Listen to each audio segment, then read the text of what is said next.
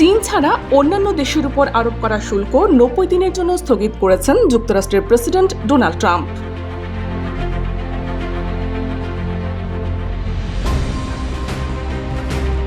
বাণিজ্য নিয়ে বিদেশি রাষ্ট্রগুলোর সঙ্গে নতুন আলোচনার কথা উল্লেখ করে তিনি শুল্ক আরোপের সিদ্ধান্ত থেকেও সরে আসার ব্যাখ্যা দিয়েছেন।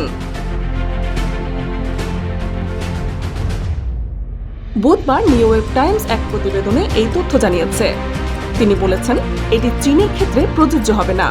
চীনের পণ্যের উপর মোট শুল্কের পরিমাণ 104% থেকে বাড়িয়ে 125% করা হবে। বিভিন্ন প্রতিষ্ঠানের প্রধান নির্বাহী এবং বিনিয়োগকারীদের জনসমালোচনার চাপের পর ট্রাম্পের এই ঘোষণা এলো। এর মধ্যে জেপি মর্গানের জেমি ডিমন রয়েছেন, যিনি বুধবার বলেছিলেন যে একটি মন্দা আসন্ন।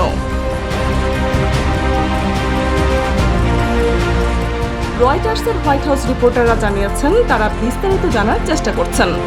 ইতোমধ্যে ট্রাম্প ঘোষণা করেছেন তথাকথিত পারস্পরিক শুল্কের উপর 90 দিনের বিরতি।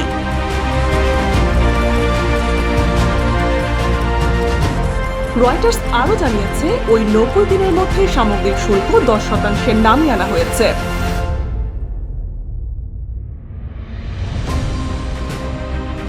এই সিদ্ধান্তের পর ডোনাল্ড ট্রাম্পকে ধন্যবাদ জানিয়েছেন অন্তর্বর্তীকালীন সরকারের প্রধান উপদেষ্টা ডক্টর মোহাম্মদ ইউনূস।